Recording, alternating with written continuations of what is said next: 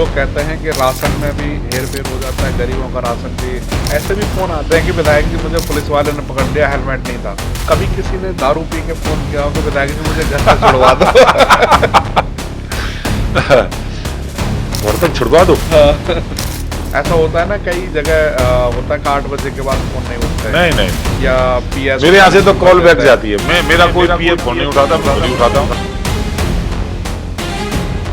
तो रोडों की ऐसी हालत थी, आप तो खुद ही चुनाव में वहां गए थे, देखा था क्या हालत थी। जनता के लिए तो ये तो मूलभूत सुविधा है। यही नहीं थी वहाँ, मंडी नहीं थी। आप सोचिए, बेटियों के लिए राजकीय डिग्री कॉलेज की वहाँ स्वीकृति मिली है।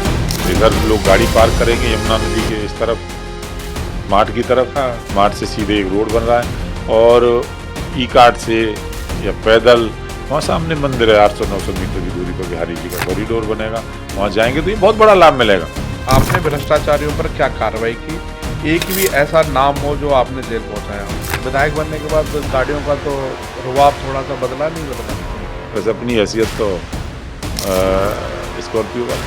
विधायक जी गाड़ी में बैठे होते हैं और किसी बाजार से या कहीं होके जा रहे होते हैं तो पब्लिक है गाड़ी देख के नमस्ते करती है, विधायक जी मुंह मोड़ के निकल जाते हैं। मैं जब जाता हूँ तो मेरे गाड़ी के शीशे ही नीचे रहते हैं। अगर उस त्रिकोणियों को देखें तो 2027 में चुनाव आने वाला है, उसको किस नजर से देख रहे हैं? त्रिकोण वाली बात छोड़ दीजिए, त्रिकोण करने वाले भी ऊपर वाला पूछे कि मार्ट में क्या किया तो क्या जवाब देंगे? सेल्फी, सभा या इन्फ्लुएंस या सलाइन? आप जाट बाहुल्य विधानसभा से आते हैं, क्या आपने किसी जाट महापुरुष की प्रतिमा लगाने का विचार किया? कोई जाट भाई पूछ रहा है हमारा, तो मैं उसको कह रहा हूँ जाट नौझील में देखिए कितना शानदार गेट बना हुआ है महाराजा सूरजमल का। जनता जो पूछ रही है वो यही पूछ रही है कि आपने ऐसा कौन सा काम किया 3 साल बनने के बाद जो आज एग्जाम्पल के तौर पर दिया जाए कि मैंने ये एक पहला काम किया है और भी ऐसे काम और करूंगा मैं? देखिए, बहुत सारे काम योगी जी की सरकार के नेतृत्व में, योगी जी के नेतृत्व में मेरे विधानसभा क्षेत्र में हुए हैं। 32 साल में वहाँ परिवर्तन हुआ। एक व्यक्ति जुगाड़ तुगाड़ करके, बार बार दल बदल करके, अवसरवाद करके, कभी इस दल में कभी उस दल में, बार बार विधायक बनने का काम करता था। क्षेत्र की बर्बाद स्थिति थी, बदहाल स्थिति थी। यदि 17 से 22 छोड़ दें, 17 से 22 कुछ काम हुए। जब योगी जी आ गए हम लोग प्रयास करते थे काम करने का, पर एज ए विधायक कभी उस क्षेत्र को विधायक का सुख देखने को नहीं मिला। 2022 में मुझे क्षेत्रीय जनता ने जिम्मेदारी दी, तो एक ही प्रोजेक्ट लगभग 2900 करोड़ का है। सबसे बड़ी समस्या ब्रज के अंदर पानी की है, खारे पानी की। पानी नहीं मिलता है, बुरी हालत है। आप देखेंगे क्या हालत होती है मथुरा में पानी के लिए। गंगा जल परियोजना जो आई है जल जीवन मिशन के तहत नरेंद्र मोदी जी की सरकार करे, तो मेरे क्षेत्र में मैंने जमीन दिलवाई है सरकारी, कुछ प्राइवेट लोगों से। लगभग 100 बीघा जमीन में प्लांट बन रहा है और बुलंदशहर पालड़ा झाल से बनकर के पूरी लाइन बन के आ रही है। बहुत बड़ी व्यापक स्केल पर काम चल रहा है उसका। हर घर जल, गंगा जल पहुंचाने का काम केवल मेरे विधानसभा को नहीं करेंगे हम लोग, पूरे जिले को। अच्छा, पूरे जिले के, पूरे मथुरा का जो मथुरा का पानी जाने वाला यहीं से प्यास बुझाएगी मार्ट। तो ये मेरे लिए बड़े सौभाग्य की बात है और मैंने बहुत प्रयास किया, उसके बाद वो संभव हुआ है। रोड्स की बात करें तो रोडों की ऐसी हालत थी, आप तो खुद ही चुनाव में वहां गए थे, देखा था क्या हालत थी। रोड नाम की चीज नहीं थी। अब मैं नाम लेना चाहूं तो यहाँ से नौझील से लेकर के रायपुर की सड़क थी, नौझील से बाजना से लेकर मानागढ़ी की सड़क थी, टेटी गांव से लेकर के हरनौल होते हुए सड़क निकलती है वो थी, सोनई से लेकर के रामपुर चौराहे वाली सड़क। विधायकों का काम है पानी देना और सड़क का काम करना, यही तो विकास करना, यही तो है।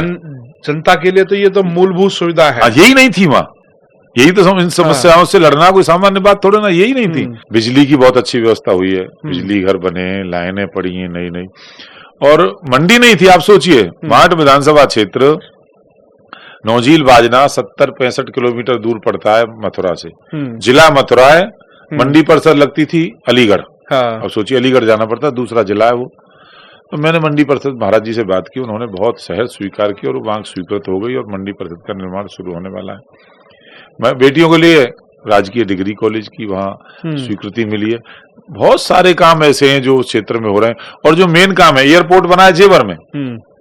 जेवर एयरपोर्ट का लाभ 20 मिनट की दूरी में तो मेरे गांव से ही है।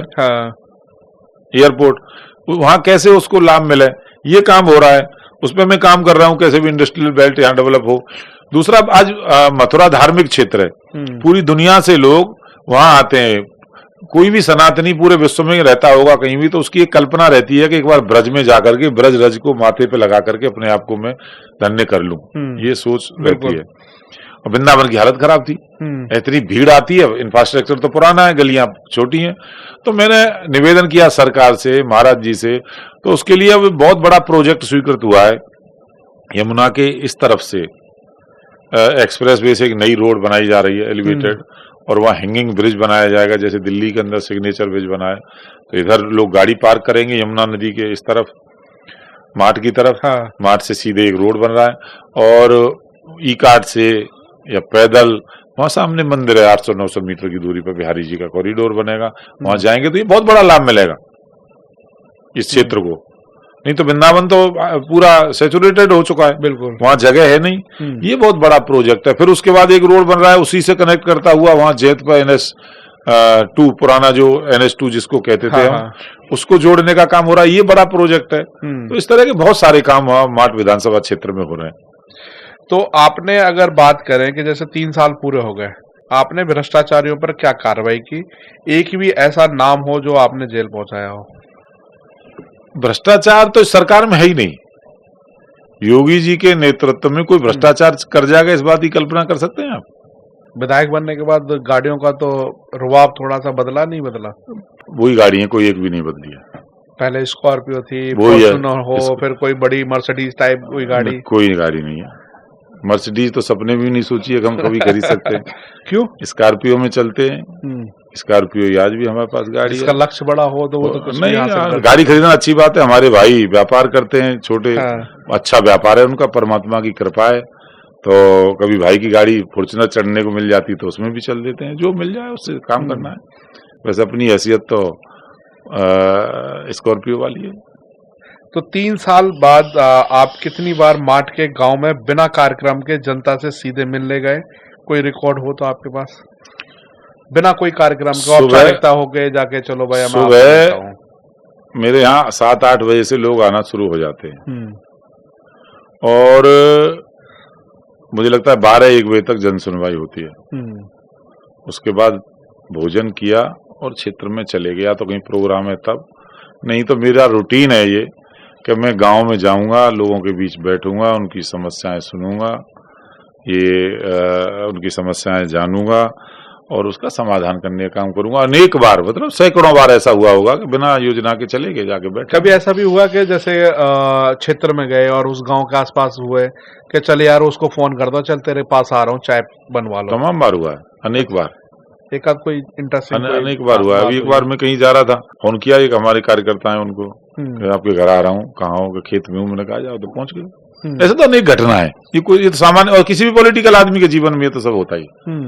नहीं, कुछ लोग है ना कि विधायक बन जाए तो कार्यक्रम के बाद ही जाएंगे, ना, या फिर अपने परिचित लोग हैं उनके पास। ऐसा नहीं, मेरा तो सोशल मीडिया अकाउंट आप देखिए, किसी के यहाँ कोई खुशी का माहौल है तब जाना है, कुछ भी हो तो जाना ही जाना है।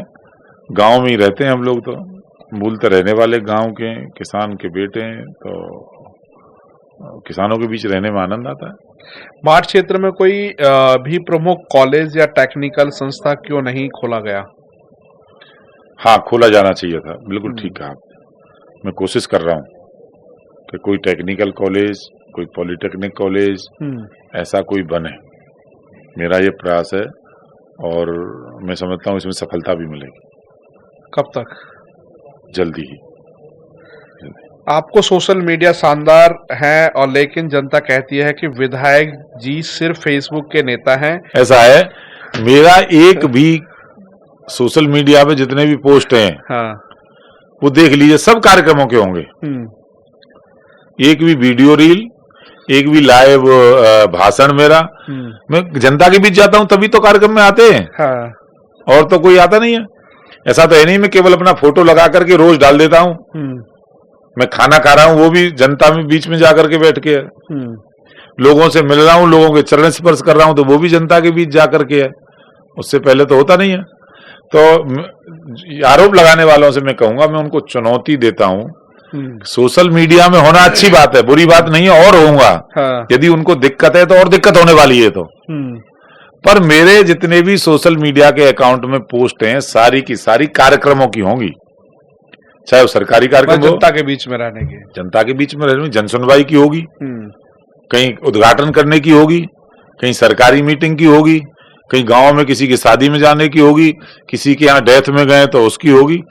ऐसी नहीं होगी कि इसी कमरे में बैठ करके और जो है केवल अपना फोटो नेताजी डाल देते हैं। कुछ लोग कहते हैं कि जब विधायक जी गाड़ी में बैठे होते हैं और किसी बाजार से या कहीं होके जा रहे होते हैं तो पब्लिक है गाड़ी देख के नमस्ते करती है, विधायक जी मुंह मोड़ के निकल जाते हैं। गलत कहते हैं वो, कुछ आरोप लगाते हैं। देखो जिस पे कोई आरोप नहीं हो तो उस पर यही आरोप लगा दो, वो गर्दन मुंह टेढ़ा करके निकल जाते हैं। ऐसा कोई पॉलिटिकल आदमी नहीं होगा कि जनता में जाए और नमस्कार नहीं करे। मैं अपनी नहीं कह रहा, मेरे विरोधी भी ऐसे होंगे, ये तो सामान्य विवादन है। मैं जब जाता हूं तो मेरे गाड़ी के शीशे ही नीचे रहते हैं और मुझे नहीं लगता है कि कभी ऐसा हुआ होगा कि कोई नमस्कार, अच्छा नमस्कार लेने में क्या दिक्कत होगी। हाँ। ये तो अर्थहीन बात है बिल्कुल, जिस जो आरोप लगा रहा होगा आपको कि ये तो बिल्कुल एकदम अर्थहीन बात हो गई ना जी। क्यों नहीं करेगा? अच्छा बताइए, कोई नमस्कार करेगा, बड़ा छोटा होगा तो नमस्ते करेगा, लेंगे बड़ा होगा तो हम, मैं तो चरण स्पर्श करता हूं सबको जाके, क्योंकि आशीर्वाद तो वही लोग देते हैं ना। अच्छा, एक चीज ये भी है कि अगर देखा जाए कि अब माट जो चुनावी क्षेत्र है वो एकदम त्रिकोणीय बन जाता है। अगर उस त्रिकोणियों को देखें तो 2027 में चुनाव आने वाला है, उसको किस नजर से देख रहे हैं आप? देखिए, माट क्षेत्र की जनता परिवर्तन चाहती थी 2022 में और उसने परिवर्तन कर दिया। माट क्षेत्र की जनता भय, गुंडागर्दी, अराजकता से पीड़ित थी और पहले जो जनप्रतिनिधि रहे उन्होंने कितने फर्जी लोगों को जेल भिजवाया हुआ था, कितने फर्जी मुकदमे कराए होंगे, कितने लोगों का जीवन बर्बाद किया होगा।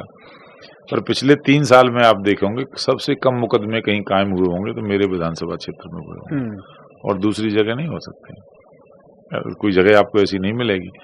और लॉ एंड ऑर्डर की स्थिति अच्छी स्थिति है। योगी सरकार जब नहीं थी तब देखिए हाईवे रात में बंद हो जाता था। तो सुख और शांति से लोग रह रहे हैं, लोगों को विकास हो रहा है, सरकारी योजनाओं का ईमानदारी से क्रियान्वयन हो रहा है, यही तो चाहिए। इसलिए जनता भारतीय जनता पार्टी को चाहती है, मुझे चाहती है, योगी और मोदी को चाहती है। वो त्रिकोण वाली बात छोड़ दीजिए, त्रिकोण करने वाले भी अब तो हम एक ही हैं दोनों। भाई पहले जो आरएलडी के लोग त्रिकोण हुआ था, दूसरा उम्मीदवार था समाजवादी पार्टी का, अब समाजवादी पार्टी का कोई अस्तित्व तो वहां है नहीं। त्रिकोणीय तो अभी बनेगा ना फिर, अगर देखा जाए कि आरएलडी आपके साथ हो गई तो समाजवादी पार्टी से तो रहेंगे ही रहेंगे, वो भी चुनाव लड़ेंगे। इधर जो पुराने विधायक हैं श्याम सुंदर शर्मा वो भी चुनाव लड़ेंगे, तो त्रिकोणीय तो बनेगा ही बनेगा। देखिए, मैं जहां तक समझता हूं 2012 का चुनाव था शायद या 17 का था, एग्जैक्ट ध्यान नहीं आ रहा है। एक वहां विधायक रहे राधेश्याम शर्मा जी, पहले, बहुत पहले, हमारे जन्म से भी पहले। नाम सुना है हमने। उनके सुपुत्र थे संजय शर्मा, वो वकील थे, दुनिया में नहीं है, दिवंगत हो गए। वो चुनाव लड़े थे, 1200 वोट आया था जहां तक मैं समझता हूँ, समाजवादी पार्टी के साइकिल सिग्नल से। तो ये स्थिति तो समाजवादी पार्टी की वहां थी। यहाँ समाजवादी पार्टी का कोई कुछ असर है नहीं, पर फिर भी लड़ेंगे। तो नंबर 2 जो आएगा भारतीय जनता पार्टी से पीछे, उसमें बड़ा गैप होगा, बड़ा गैप होगा। तो नंबर 3 पे कोई आ जाए तो लड़ने को तो भाई लोकतंत्र है, कोई भी चुनाव लड़ सकता है। हाँ। तो उसको क्या देख रहे हैं कि अब माट में कहने के लिए तो अब 2 विधायक हैं, एक एमएलसी हैं, एक विधायक है, दोनों एक ही गठबंधन के हैं। तो आगे माट का क्या फ्यूचर है? देखिए, विधायक तो जनता एक ही चुनती है, एमएलसी तो एमएलसी हैं। हाँ, वो भी तो विधायक माने जाते हैं। हाँ, विधायक माने जाते हैं। हाँ। मैं तो अपनी बात कहना चाहूंगा कि माट का फ्यूचर सबसे अच्छा फ्यूचर है। जितने विकास की योजनाएं आज भी आप देखोगे पूरे प्रदेश में, आप आंकड़ा निकालिए, सबसे अधिक काम माट विधानसभा में हो रहे होंगे, सबसे अधिक रोड बन रहे होंगे, स्कूलों में काम चल रहा है, कायाकल्प अभियान के तहत, और जितनी सरकारी योजनाएं सब माट को केंद्रित करके हो रही हैं। और भगवान की दया दृष्टि से कोई मैं दल बदलू आदमी तो हूं नहीं कि मैं 4-4 दल बदलता हुआ, समय के हिसाब से ये करता हुआ, या अपने नेतृत्व के खिलाफ लड़ता हुआ, यहाँ तक चल के आया हूँ। मैं एक पार्टी का कार्यकर्ता हूँ, संघ का स्वयंसेवक था, बहुत लंबे समय तक एबीवीपी में काम किया, बजरंग दल में काम किया, भारतीय जनता युवा मोर्चा में काम किया, पार्टी का प्रवक्ता हूँ और आज विधायक के रूप में काम कर रहे हैं। तो ये क्रेडिबिलिटी है किसी भी पार्टी के लिए, किसी भी कार्यकर्ता के लिए। वो क्रेडिबिलिटी का लाभ क्षेत्र की जनता को मिलता है, योजना बन के जाती है तो पास करा के लाता हूँ। बिल्कुल। एमएलए साहब, सच में अगर ऊपर वाला पूछे कि मार्ट में क्या किया तो क्या जवाब देंगे? सेल्फी, सभा या इन्फ्लुएंस या सालाइंस? मार्ट में बहुत कुछ हुआ है। मैंने इतनी सारी योजनाएं आपको बता दी। सबसे हालत खराब तो रोड की थी, वो हुआ। वृंदावन वाली योजना चल रही है, जल जीवन वाली योजना चल रही है, मंडी वाली योजना चल रही है। अब 3 साल में कोई आदमी दिन रात मेहनत करके इतना काम कर रहा है तो 32 साल वाले को तो पहले कर देना चाहिए था ना जी। जो 32 साल तक रहा तो वो तो कुछ कर नहीं पाया सिवाय मुकदमेबाजी के, लोगों में पार्टी बंदी करने के। हर विधानसभा में आप चले जाइए, मथुरा की मैं बात करूं, गोवर्धन, बलदेव, छाता, मथुरा, वृंदावन, मार्ट का माहौल अलग दिखता था। और अब देखिए जाकर के मार्ट, अब घूमिए जाके, अपने आप समझ में आ जाएगा काम हो रहा है। क्या आप खुले मंच पर मार्ट की जनता के बीच आकर हर वादा गिनाने वाले और उनका जवाब देने के लिए तैयार हैं? एकदम तैयार हूं। और मैं जब चुनाव में जाऊंगा 2027 में तो हिसाब लेके जाऊंगा पूरा 5 साल का कि 32 साल के अंदर क्या हुआ था इस विधानसभा के अंदर और 5 साल के अंदर राजेश चौधरी ने क्या करके दिखाया है। मैं विश्वास दिलाता हूँ मार्ट क्षेत्र की जनता को कि मैं ये पूरा हिसाब किताब दूंगा। आपके कार्यालय में मथुरा के लिए किस काम को आप अपनी सबसे बड़ी उपलब्धि मानते हैं और क्यों मानते हैं? सबसे अच्छी स्थिति तो लॉ एंड ऑर्डर की है, शांति है वहां। और इतने विकास के कार्य हो रहे हैं, मैं किसको फर्स्ट कहूं किसको सेकंड कहूं, ये तो मैं ही खुद कंफ्यूज हो जाता हूं। सबसे प्राथमिक आवश्यकता होती है सड़क की। किसी को हार्ट अटैक आ गया गांव में और रोड खराब थी तो रास्ते में मर जाता था भाई साहब, हालत थी। आप चले जाओ, गाड़ी की गाड़ी समा जाती थी। जिस समय 2022 में एक चैनल के वो गए थे न्यूज 18 वाले, पूरी गाड़ी उन्हीं की चली गई थी। बोले साहब ये हाल है वहां, आज जाके देखिए कैसी सड़क बनी है, पेट का पानी नहीं हिलता है। हमारा रिपोर्टर भी गिरा था, आपका रिपोर्टर भी गिरा था उनको भी चोटें लगी थी। तो आज वहां जाकर आप रोड देखिए, लोग अपने आप ही फेसबुक पे, सोशल मीडिया पे, ट्विटर पे डालते हैं कि देखो ये परिवर्तन हो रहा है। आप जाट बाहुल्य विधानसभा से आते हैं, क्या आपने किसी जाट महापुरुष की प्रतिमा लगाने का विचार किया है? देखिए, महापुरुष सबके होते हैं, उसको जाति में नहीं बांटा जा सकता। किसी भी महापुरुष को जाति में बांटना मैं नहीं उचित समझता। कोई भी महापुरुष हुआ होगा, महाराजा सूरजमल जाट थे तो सबके थे। मैंने उनकी याद में गेट बनवाया नौझील के अंदर, उनकी याद में ट्रस्ट चला करके बहुत सारे कार्यक्रम होते हैं, सब उनको। महाराणा प्रताप जिन्होंने अपना सर्वस्व न्यौछावर कर दिया, घास की रोटियां खाई, वो सबके थे, उतना ही सम्मान उनका भी है, सबका सम्मान है। राणा सांगा जिनको ये देश के गद्दार बताते हैं समाजवादी पार्टी वाले लोग, उन्होंने पूरा जीवन निकाल दिया, 100 से अधिक लड़ाइयां लड़ी उन्होंने और बाबर को पराजित करने का काम किया। तो वो केवल एक समाज के थोड़े ना, सबके हैं, हम उतना ही सम्मान करते हैं सबका। जनता की आवाज भी है कि जाटों के लिए स्पेशल क्या किया। किसी व्यक्ति विशेष की आवाज हो सकती है, किसी जनता में तो सब है ना जी। जनता में तो सब है। चौधरी चरण सिंह जी किसानों के नेता थे, गरीबों के नेता थे, मजदूरों के नेता थे। वो कोई अकेले नेता थोड़े ना थे कि एक जाति के नेता है ना। जाति से कोई राजनीति नहीं हो सकती। और जहां तक बात करें, यदि कोई जाट भाई पूछ रहा है हमारा, तो मैं उसको कह रहा हूँ जाट नौझील में देखिए कितना शानदार गेट बना हुआ है महाराजा सूरजमल का, और ऐसे अनेक शहीदों की और जो अपने स्वतंत्रता सेनानी रहे उनकी स्मृति में हसनपुर चले जाइए, राजागढ़ी, सुदामागढ़ी चले जाइए, खाजपुर चले जाइए और जटवारी चले जाइए, देखिए इसमें कितने सब जातियों के लोगों के बने हुए हैं। तो सर्व समाज की पार्टी भारतीय जनता पार्टी है और मैं तो संघ का स्वयं सेवक हूँ।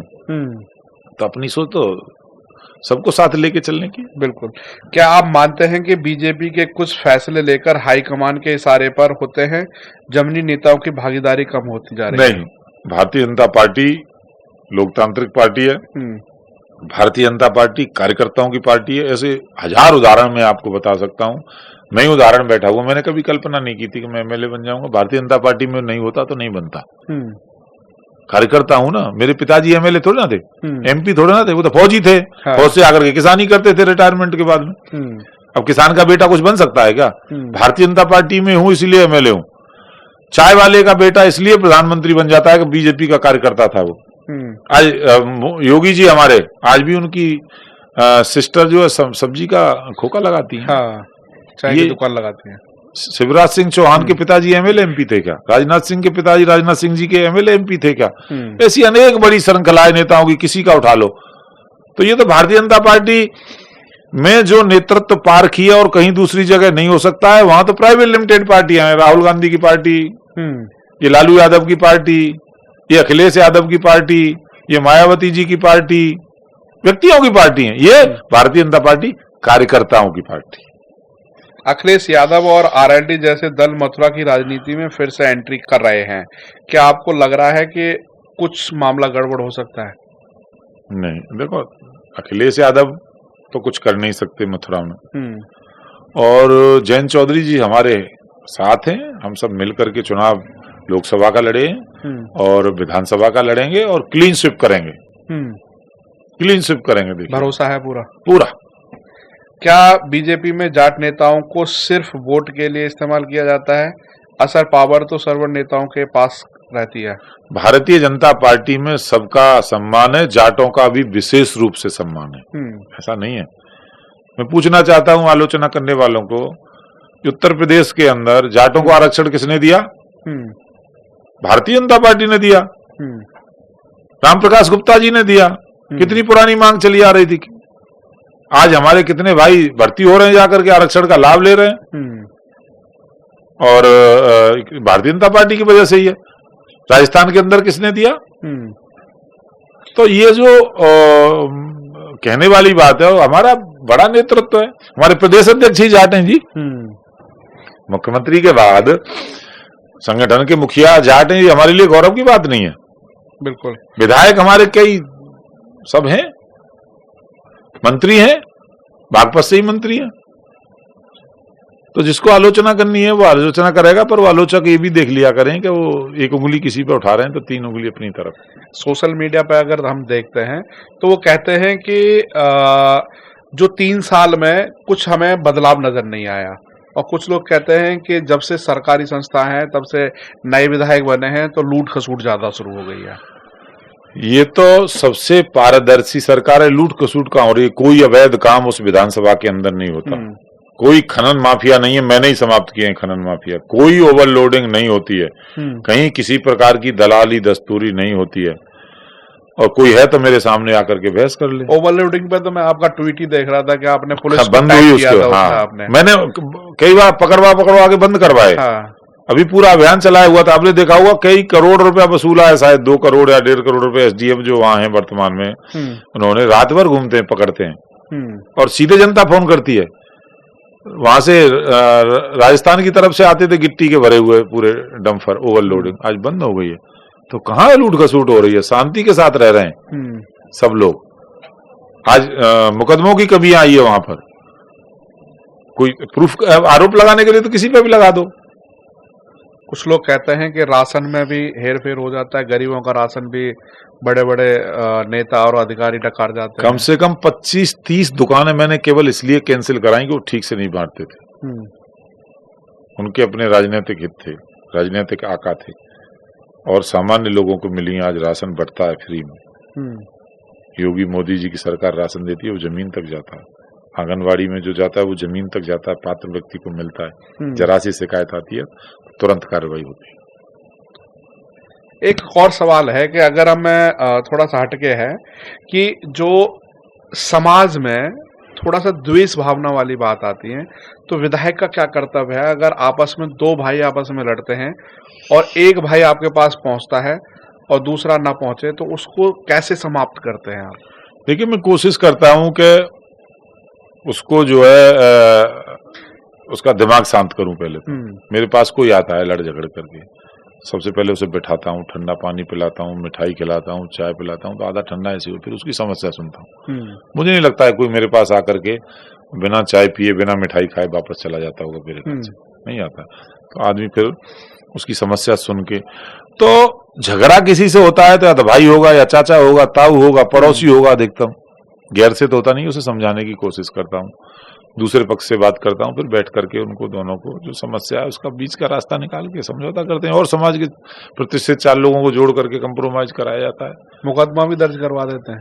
नहीं, फर्जी मुकदमा किसी के नहीं, वो वालों को हीनियस क्राइम हो गया, हाँ। किसी ने गोली मार दी या किसी और कोई बड़ा अपराध हो गया तो मुकदमा भी कायम होगा। ऐसा तो नहीं है कि वहां कोई भारत का संविधान लागू नहीं है मार्ट में, मुकदमा भी होते हैं, पर बहुत जरूरी है। छोटी छोटी बातों को लेकर के नहीं होता, पक्षपात का है, बात का है कि एक पक्ष को बिना सुने आपने दूसरे पक्ष का मुकदमा लिखवा दिया हो। अब जब सामने दिख रहा है कि इसको खोपड़ी फटी हुई है, इसकी हाथ में फ्रैक्चर है, बुरी तरह से 4 लोगों ने घेर करके मारा है, इसकी जमीन दबा रखी है, तो मुकदमा भी होता है। दूसरा नहीं सुन, गरीब आदमी है, कमजोर आदमी है, उसको मारा पीटा गया है तो मुकदमा भी होता है। न्याय तो मिलना चाहिए ना व्यक्ति को, पर छोटी छोटी बातों को लेकर के कोई मुकदमेबाजी या फर्जी केसों में फंसाना वह नहीं हो सकता। ऐसे भी फोन आते हैं कि विधायक जी मुझे पुलिस वाले ने पकड़ लिया, हेलमेट नहीं था। हाँ, ऐसे भी आते हैं। तो क्या कहते हैं आप उस समय? देखो, अब बड़े खुले मन से मैं स्वीकार करूंगा, हेलमेट लगा करके नहीं जा रहा है, पुलिस ने पकड़ लिया, मैंने कहा पहली बार तो छुड़वा दे रहा हूं तुझे, आज के बाद मत फोन करना। पुलिस की क्या गर्ज है हेलमेट लगवाने की, आप बताइए। सरकार की क्या गर्ज है? वो आपकी सुरक्षा की किया है ना, जान तो हमारी जाएगी यदि हम बिना हेलमेट के जा रहे हैं। तो राजनीति में ये सब तो करवाना पड़ता है भाई। मैंने कहा छोड़ दो दरोगा जी इसको, इस बार, अगली बार मिले तो डबल चालान लगा देना, और क्या करोगे, लगाने लगेगा अगली बार। पॉलिटिकल आदमी तो सबकी सुननी पड़ती है। अच्छा, एक सवाल मेरा ये भी है कि अगर क्षेत्र की जनता है, विधायक जी को अगर फोन करे तो कितने बजे तक ना करे? कभी भी करे। ऐसा होता है ना, कई जगह होता है कि 8 बजे के बाद फोन नहीं उठता है। नहीं। या पीएस मेरे यहाँ से तो कॉल बैक जाती है। मेरा कोई पीए फोन नहीं उठाता, मैं खुद ही उठाता हूँ। अब मैं आपके साथ हूँ तो मिस कॉल हो रही होंगी। हाँ, पिछले लगभग 1 घंटे से हम लोग बैठ के बात कर रहे हैं, तो कॉल आ रही होंगी तो नहीं उठ रहा होगा। संभव ही नहीं है ऐसी स्थिति में उठाना। कहीं लाइव डिबेट में बैठा होता हूँ टेलीविजन की में, तब नहीं उठता, पर गाड़ी में बैठते ही या मैं खाली होते ही 100% सबसे कॉल बैक। आप पे भी कई बार आई होगी, कॉल बैक करता हूँ, जो उसकी मदद कर सकता हूँ वो करता हूँ। ऐसा कोई नियम नहीं है, और नियम वाले राजनीति में सफल भी नहीं होते हैं कि मैं इतने बजे बात करूंगा, इतने नहीं। नौकरी कर लो फिर तो जाकर के कहीं। सार्वजनिक जीवन में आए हो तो 24 घंटे जनता के। दूसरा कोई काम यदि आप करते हो तो उसको समय निकाल के करिए, पर पहला अधिकार आपके पास जनता का। कभी ऐसा भी हुआ है कि रात्रि में आप 2 बजे सो रहे हो और उस समय फोन आया हो, किसी ने बोला हो कि मैं फंसा हुआ हूँ, विधायक जी मेरी मदद कर दो? अनेक बार। एक बार मैं था तो एक हमारे केंद्रीय मंत्री हैं, उनका ड्राइवर यूपी का रहने वाला था। वो एक्सप्रेस वे पर निकल के जा रहा था, उसकी गाड़ी टकरा गई। उसने मुझे फोन किया, मुझे ध्यान है 1-1:30 बज रहा होगा, फोन बज रहा था, नींद में मैंने उठाया। राजेंद्र नाम था उसका, उसने कहा मैं ड्राइवर हूँ ऐसे उन मंत्री जी का, और मेरी गाड़ी लड़ गई है, और मेरे साथ 2 बच्चे हैं छोटे छोटे, गोरखपुर का था वो, गोरखपुर से आ रहा हूँ। मैंने कहा रुक, अभी तेरी मदद। कितने लोग हैं ऐसे? तो तुरंत SHO को फोन किया, और संबंधित थाने के आसपास पुलिस रहती है, नीचे गांव था, उस गांव में मेरे कार्यकर्ता थे, उनको फोन किया, वो हाईवे पे चढ़कर ऊपर उसको मदद मिली, उसकी गाड़ी उन्होंने वहां खड़ी करा ली, दूसरी गाड़ी से वो दिल्ली वापस आ गया।